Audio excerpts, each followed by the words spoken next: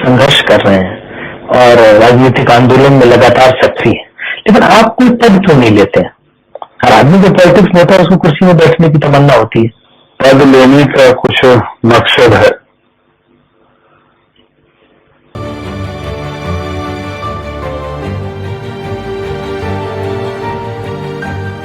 जिससे मुझे लगेगा कि इस कुर्सी पर बैठकर मैं वो मकसद पूरा कर पाऊंगा,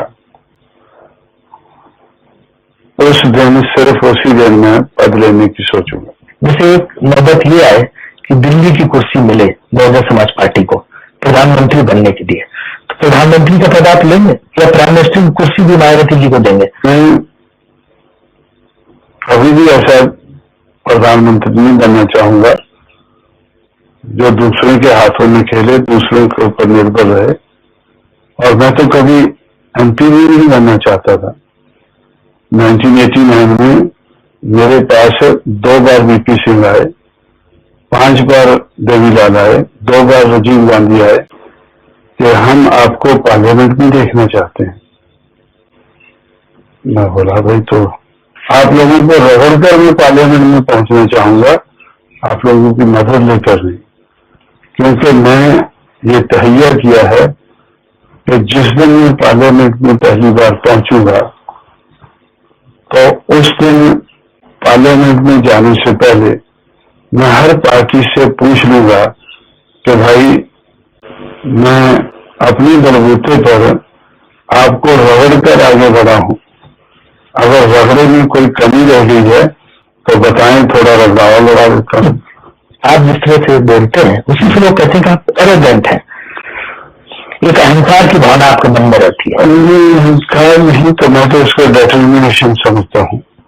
जिंदगी का बहुत समय बीत गया है स्ट्रगल में, अभी थोड़ा समय बचा है, तो इसलिए मैं तो हेरा फेरी की बात नहीं करता हूँ, स्ट्रेट बात करता हूँ। जो जब भी समझ में आ जाए तो हम कभी किसी से दुश्मनी नहीं रखते, किसी से ज्यादा दोस्ती नहीं रखते, तालमेल रखते हैं। तो तालमेल कभी भी किसी के साथ हो सकता है जो बहुजन समाज को इस देश का हुक्मरान बनाने में हमारी मदद करे। एक बात आपके बारे में लोग और कहते हैं कि आप बहुत फिकल माइंडेड है, बहुत जल्दी जल्दी अपना स्टैंड बदलते हैं और आप पे यकीन नहीं किया जा सकता। पहले आपने समाजवादी पार्टी से तालमेल किया, फिर आपने बीजेपी से कर लिया, फिर बीजेपी को मनुवादी कहा, ब्राह्मणवादी कहा, उसकी तमाम आलोचना की, इसके बाद कांग्रेस से कर लिया, आप कांग्रेस को छोड़ दिया, फिर बीजेपी में चले गए। तो ये जो आप लगातार स्टैंड बदलते रहते हैं, इससे लोग आपको अपॉर्चुनिस्ट भी कहते हैं। मैं समझता हूं कि जिस समाज को मैं तैयार कर रहा हूं उस समाज को अपॉर्चुनिटी से नहीं मिली है। मैं ऐसा इंसान हूं कि मैं अपॉर्चुनिटी को जाने नहीं देना चाहता हूं, अपॉर्चुनिटी को अवेल करना चाहता हूं। हर अपॉर्चुनिटी अवेल करके भले चाहे और इन्वेस्ट करना है। अगर लंबे अरसे तक अपॉर्चुनिटी न आए तो मेरा लक्ष्य है अपॉर्चुनिटी क्रिएट करना। वैसे ये 6 महीने का जो है ये मेरा क्रिएशन है। तो 6 महीने में बीजेपी मनुवादी पार्टी नहीं है? मनुवादी पार्टी है, लेकिन अपॉर्चुनिटी तो हमने क्रिएट की है। जब कांग्रेस पार्टी ने जिसके साथ हमारा समझौता था तो वो हमें सरकार बनाने की अपॉर्चुनिटी क्रिएट नहीं कर सकी, तो हमने अपने आप क्रिएट कर ली है।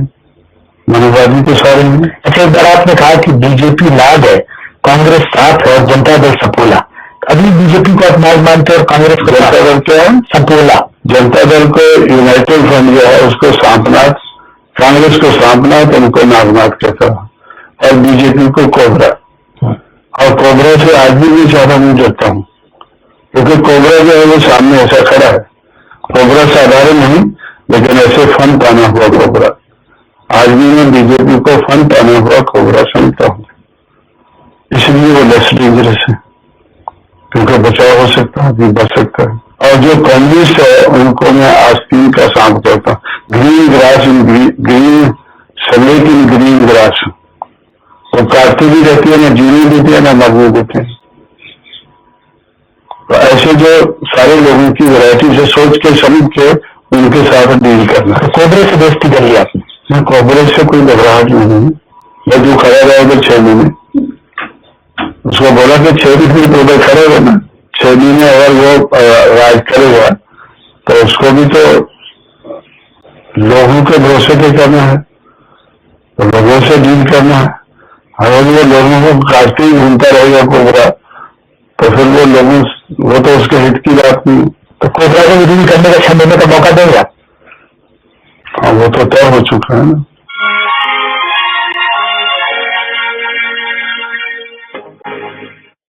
उन्नीस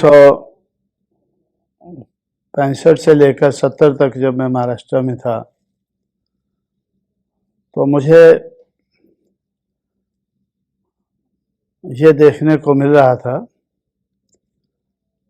कि अंबेडकर की चलाई हुई मूवमेंट आहिस्ता आहिस्ता वो फेल होती नज़र आ रही थी। तो उसके फेल्योर के काफ़ी कारण मैंने ढूंढने की कोशिश की, तो मैं इस नतीजे पर पहुंचा कि जिस समाज की गैर राजनीतिक जड़ें मजबूत नहीं होती हैं, उस समाज की राजनीति कामयाब नहीं हो सकती है। तो इसलिए मुझे ये दबे कुचले समाज की गैर राजनीतिक जड़ों को मजबूत करना चाहिए। और जब मैं जड़ें देखने लगा तो मुझे जड़ें ही नजर नहीं आई। तो मुझे लगा ये तो समाज ही रूटलेस है। पहले तो जड़ें बनानी होंगी, फिर इसको मजबूत करना होगा, और फिर उस मजबूती का सहारा लेकर तब हमें राजनीति के बारे में सोचना चाहिए, आगे बढ़ना चाहिए। तो इसलिए मेरा जिंदगी का बहुत सा समय समाज की गैर राजनीतिक जड़ों को मजबूत करने में लगा। उसमें बामसेफ नाम का एक संगठन बनाकर तो मैंने जो एजुकेटेड एम्प्लॉइज थे दबे कुचले समाज के, उनको संगठित किया,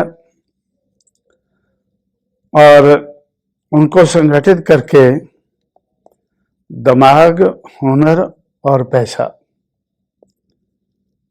ये 3 किस्म की गैर राजनीतिक जड़ों को बनाया और मजबूत किया। तो मुझे ऐसा लगा कि ये मूवमेंट को कामयाब बनाने के लिए दिमाग का होना ज़रूरी है, हुनर का होना ज़रूरी है, पैसे का होना ज़रूरी है।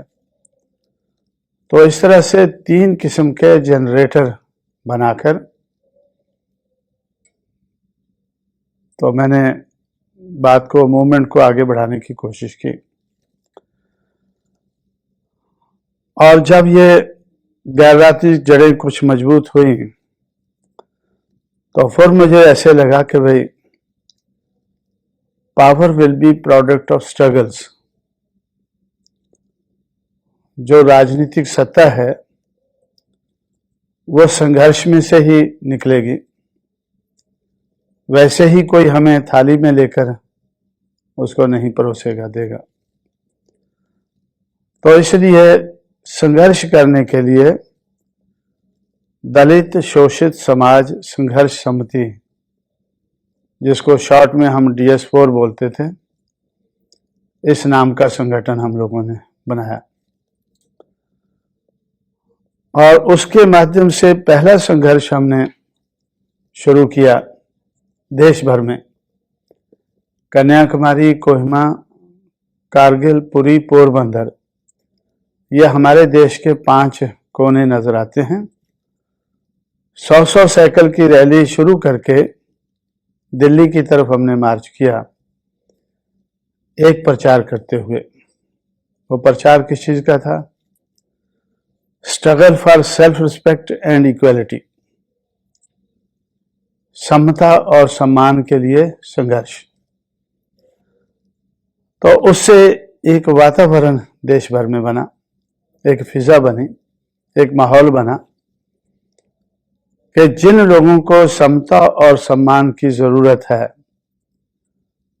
उन लोगों को अपने पैरों पर खड़े होकर इसके लिए संघर्ष करना होगा और तब ही वो समता और सम्मान हासिल कर सकते हैं। तो ये रोल DS4 का रहा। उसके बाद हम लोगों ने बहुजन समाज पार्टी बनाई, ये सोच करके कि डेमोक्रेसी में मेजॉरिटी की जरूरत होती है। तो मेजॉरिटी तो दलित शोषित समाज की है। अब इसको राजनीति में परिवर्तित करने के लिए बहुजन समाज बनाना शुरू किया और बहुजन समाज की पार्टी बनाना शुरू की। और बहुजन समाज पार्टी बनाकर हम लोगों ने तो दिमाग, हुनर और पैसा के जो जनरेटर बनाए थे उनका इस्तेमाल करके संघर्ष करके राजनीति में आगे बढ़ना शुरू किया। तो बहुत देर तक लोग ऐसा सोचते थे कि इस किस्म के संगठन बनते हैं, थोड़ी देर चिल्लाने के बाद खत्म हो जाते हैं। लेकिन हमने पहले ही ये प्रिकॉशन लिया था कि ये whatever we have to attain, we must be able to sustain। जो हमें हासिल करना है उसको बनाए रखना है। तो इस किस्म का प्रबंध हम लोगों ने किया और मूवमेंट आगे बढ़ती गई। तो मूवमेंट, इसमें जो मूवमेंट बनाने में जो सोच है, विचार है या विचारधारा हम लोगों ने बनाई है, उसमें मुझे बहुत कुछ करना पड़ा है। लेकिन इस विचारधारा को अमल में लाने के लिए मेरे जो शागिर्द हैं, मेरे चेले हैं या जिनको मैंने तैयार किया है, तो वो लोग इसको अमल में लाने के लिए मुझे बड़ी मदद कर रहे हैं और इस मदद के कारण हम लोग आगे बढ़ रहे हैं। मैंने पढ़े लिखे नौजवान लोगों को ढूंढकर, स्पॉट करके उनको तैयार करना शुरू किया। तो जिस किस्म की इस संघर्ष को, इस मूवमेंट को चलाने के लिए मुझे क्वालिटीज चाहिए थी, तो दिल और दिमाग की क्वालिटीज, उनका दिल भी कहता हो कि हमें ये मूवमेंट को चलाना है, दिल के साथ चलाना है, और दिमाग भी हो उनका वो चलाने के लिए। तो दिल और दिमाग की क्वालिटीज को ध्यान में रखते हुए मैंने देश भर में पढ़े लिखे नौजवान लोगों को तैयार करना शुरू किया। हमारे चैनल बहुजन दस्तक को लाइक, शेयर, सब्सक्राइब देखना मत भूलिएगा। जय भीम, जय भारत, जय संविधान, नमो बुद्धाय। धन्यवाद। चैनल आर्थिक समस्या से गुजर रहा है। अगर आप बहुजन समाज में बाबा साहेब अम्बेडकर और तथागत बुद्ध की विचारधारा को अधिक से अधिक लोगों तक पहुंचाना चाहते हैं तो हमें आर्थिक सहयोग प्रदान करें, ताकि हम अपने चैनल के माध्यम से देश विदेश में समता, बंधुता, एकता और संवैधानिक अधिकारों को ज्यादा से ज्यादा लोगों तक पहुंचा सकें। आप अपनी सहायता राशि नीचे लिखे खाते में जमा करा सकते हैं। खाता धारक गौतम रत्ना, खाता संख्या 316957686551, IFSC कोड SBIN 0060336, बैंक भारतीय स्टेट बैंक। आप हमारे बैंक खाते का विवरण स्क्रीन पर भी देख सकते हैं। जय भीम, जय भीम। मैं गौतम रत्ना आपका बहुजन फिल्म प्रोडक्शन में स्वागत करता हूं और आप हमारे प्रोडक्शन हाउस के अंदर अपना कैरियर बना सकते हैं as a film director, as a producer and actor and actress and editor and cinematographer also. अगर आपको फिल्म से रिलेटेड कुछ भी प्रोजेक्ट आपको बनवाना है तो हमारे पास में पूरा सेटअप है, जिसमें फिल्म कैमरा है, शूटिंग लाइट्स है, और एडिटिंग है, सारा A to Z एक ही जगह पर आपको हमारे यहाँ पर मिल जाएगा। तो दोस्तों आप हमें कांटेक्ट कर सकते हैं हमारे नंबर्स पर 9810085714 और 8510005714। हमारे वेबसाइट पे विजिट कर सकते हैं www.filmserviceindia.com और हमें मेल भी कर सकते हैं gautamfilmsproduction@gmail.com पर। धन्यवाद।